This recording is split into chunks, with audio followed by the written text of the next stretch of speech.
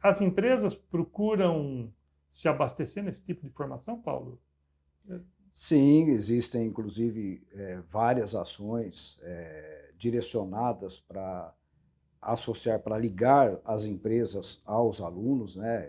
Neste mês, inclusive, seria até interessante, né? Eu vou dar uma dica aqui, que você trouxesse pessoas mais vivenciadas que eu lá dentro, para poder falar sobre um evento que é o Conecta, que trata-se de um evento onde as empresas vão expor, né, os seus programas, né, as suas políticas aos alunos para tentar fazer essa conexão junto aos alunos que estão se formando na faculdade.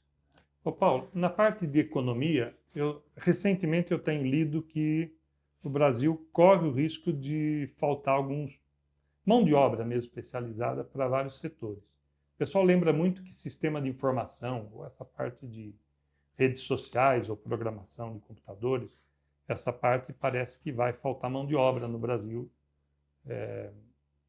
E também na parte de gestão, a gente vê que muitas empresas precisam de gestores, outros precisam, a construção civil precisa de gente especializada. A economia do Brasil aquecendo, Paulo, a gente tem mesmo um risco de faltar mão de obra? Marcos, aí, bom, eu dividiria essa questão da seguinte forma.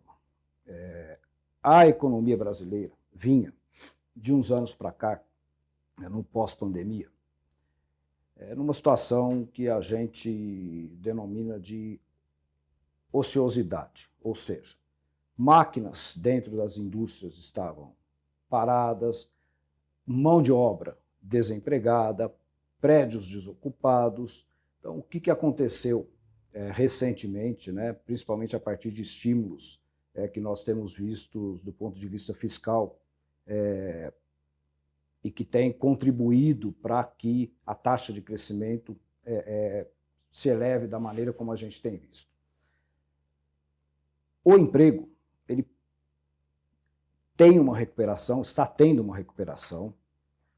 As indústrias já não estão mais enfrentando o mesmo grau de ociosidade, já estão praticamente, as últimas sondagens que a gente observa aí dos institutos de pesquisa já demonstram que a capacidade está batendo no teto.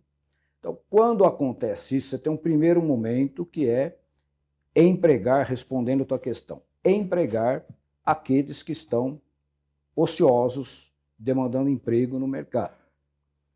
O problema vem depois.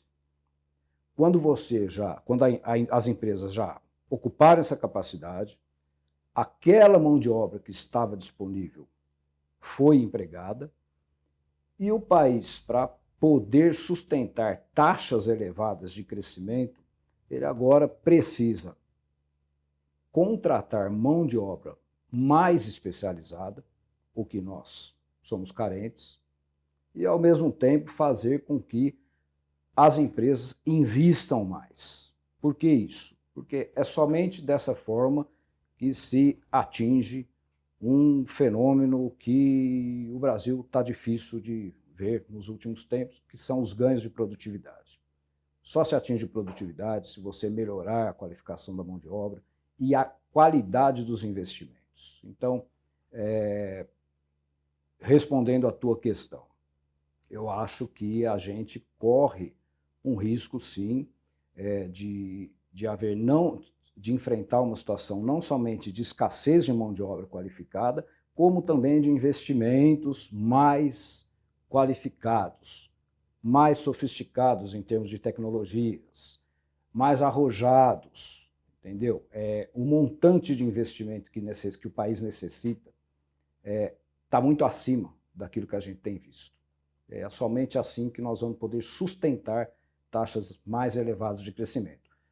Tivemos um salto muito expressivo, sim. Se você comparar as taxas de crescimento do pós-pandemia até agora, né, nós estamos com taxas de crescimento médio em torno de 3%. Vamos fechar com 3% esse ano. Nós tínhamos 1,5 a 1,9. Então, o Brasil mudou nesse sentido. não podemos ver tudo. É a história do copo meio cheio, meio vazio, certo? A questão que se coloca agora é o seguinte: como sustentar e garantir taxas mais elevadas de crescimento, que aí depende de nós melhorarmos essa qualificação e melhorarmos também o nível de investimento do país. Você sabe que nós temos uma cooperativa de crédito, então o que eu vejo, né, Paulo, é que capital não falta, assim, vamos dizer assim, trocando em miúdos, dinheiro não falta, existe, né?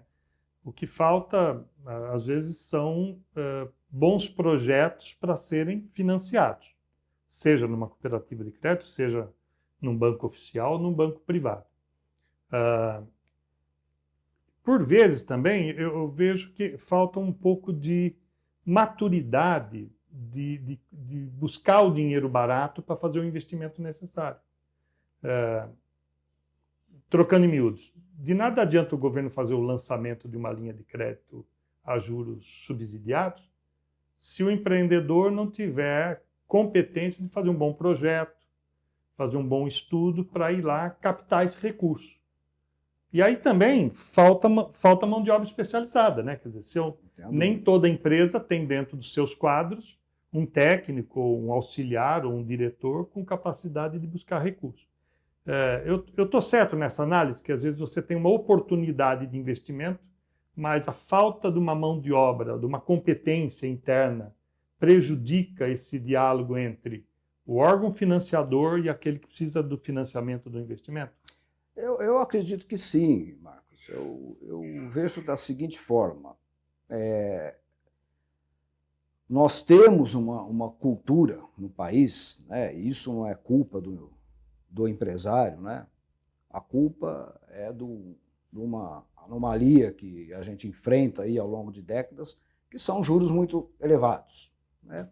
Isso afasta o empreendedor, né? Dificulta, é uma barreira fazer com que ele se informe, tenha mais interesse em captar ou em buscar novas fontes de crédito mais baratas, né? Como, por exemplo, é o caso de uma cooperativa. Por outro lado, a questão dos bons projetos, nem sempre um bom projeto pode ser formulado somente através das mãos do empreendedor. Ele depende de alguém ali para poder fazer os cálculos, ele depende de alguém que tenha um conhecimento da evolução das taxas de juros futuras, ele depende de alguém que conheça qual é a taxa de retorno do setor em que ele está ocupando. Então, falta esse tipo, de fato, falta esse tipo de, eu não diria que que seria uma mão de obra, mas um tipo de serviço, né, que é disponibilizado por agências como o Sebrae, por exemplo, né, que poderiam facilitar, né, diminuir a barreira, né, do empreendedor em relação à tomada do crédito, né? Mas muitas vezes isso não ocorre justamente porque, na minha opinião, eu acho que a gente tem aí um rescaldo muito, muito grande, né, do mal que essas elevadas taxas de juros causam ao empresário, né? Parece uma contradição, Paulo, mas assim, por vezes, por não ter tempo, né, ou disposição, ou interesse de correr atrás de alternativas, eu percebo que, não raro, um pequeno empresário se socorre às coisas mais caras que tem no mercado. Por exemplo, o uso de cheque especial. Todo mundo sabe aí que bate aí 400% ao ano, mas mesmo conhecedor dessa realidade, o cidadão deixa de fazer uma busca por uma outra alternativa de se financiar mais baixo. E Sim. Aí isso vai virando depois endividamento, vai vir um custo elevado no dia a dia. Na tua visão, como é que um pequeno empresário, o que a gente poderia dar dica de educação financeira para ele sair desse tipo de armadilha, né? O crédito fácil versus uma outra estratégia para poder se viabilizar? Muitas vezes o pequeno empresário, muitas vezes não, né? A maioria das vezes, ele opera com um banco tradicional, que é aquele que ajudou a financiar o começo da empresa dele, é aquele onde ele tem o cheque especial da família dele, não é? E o sistema bancário brasileiro, a gente sabe hoje o que virou. É um sistema altamente concentrado na mão de poucos, né? Às vezes é mais cômodo para essa pessoa, né, utilizar-se dos recursos, porque o gerente liberou lá um limite a mais do crédito no cheque especial dele, do que ele se informar que há outras fontes de crédito, né? A dica, ela é a de sempre. É preciso ter planejamento financeiro.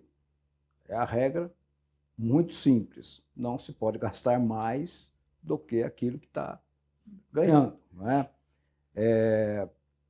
Nós não temos um sistema financeiro privado preocupado ou voltado a oferecer linhas de crédito, principalmente as de longo prazo, para esse tipo de empreendedor. O máximo que você tem ali é um capital de giro, né? E com taxas de juros elevadas. É necessário aí, no meu ponto de vista, né, aquilo que a gente já viu, né, dentro das nossas empresas, o que a gente presencia aí no Brasil, é necessário mais disseminação de informações em relação a essas fontes mais baratas de crédito, fazer com que o empresário tome conhecimento de que há outras alternativas de financiamento que não aquelas que ele está buscando no banco tradicional dele, né?